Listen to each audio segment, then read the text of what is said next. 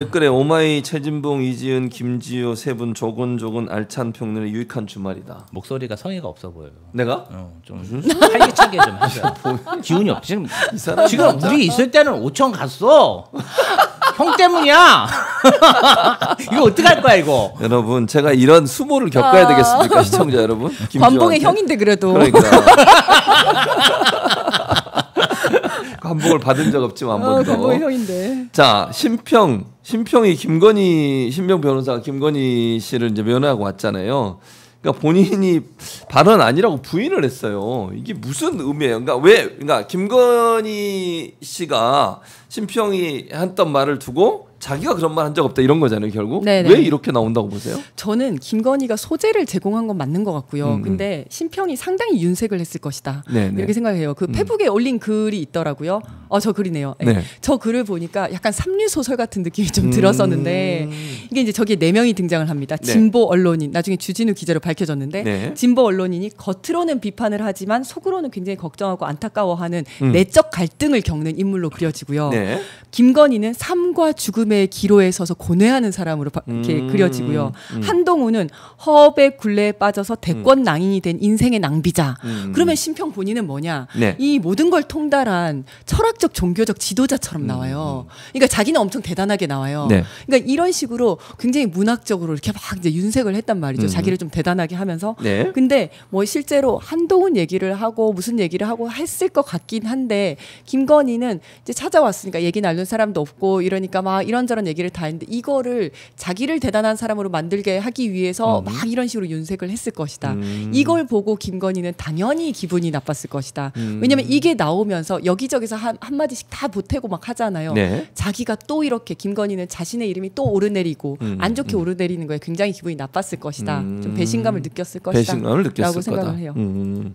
그러니까 변호사 접견에 대해서도 문제를 참 이 부분은 변호사시니까 물어볼게요. 불법이다 이런 얘기를 하더라고요. 근데 말이 돼요, 그게? 아니요. 근데 그거는 본인이 네. 그러니까 김건희 본인이 허락을 했기 때문에 동의를 했기 때문에 접견을 한 거거든요. 그러니까요. 근데 김건희 측 변호사가 주장을 하기로는 네.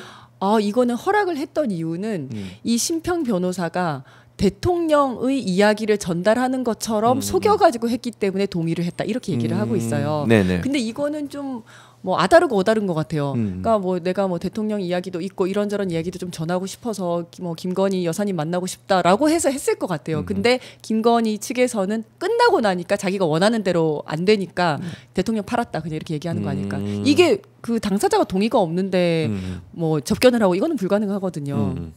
그 간다고 해보세요. 그 접견이 되는지. 안 되죠. 우리가 가면 접견 안 돼요. 네. 네. 우리가 가면 접견이 안 돼요. 김주호 본인이 허락했으니까 가는 거죠. 세 그룹의 입장이 다 다른 거예요. 네. 김건희 씨는 지금 이제 지푸라기라도 잡고 싶은 거죠. 그래서 신평 변호사의 접견 요청에 대해서 흔쾌히 받아들이고 이 얘기 저 얘기 한 거예요. 네. 그냥 신세 한탄도 하고 어떻게든 나를 좀 도와달라. 목표는 딴 거 없어. 나를 좀 도와달라. 네. 어떤 방법이든. 그런데 신평 변호사 입장에서는 도와줄 마음도 있는 것 같아요. 그러니까 뭐 면회까지 갔겠죠. 도와줄 마음은 한 5%? 티끌만큼이고 95%는 김건희한테 들은 말로 인터뷰를 하고 다니려는 그런 욕심이 더 컸다. 그러니까 어떤 게 김건희한테 도움이 되고 네. 어떤 게 정말 도움이 되는지 그런 걸 고려하지 않고 그냥 화제가 될 만한 건 다 풀고 다닌 거야.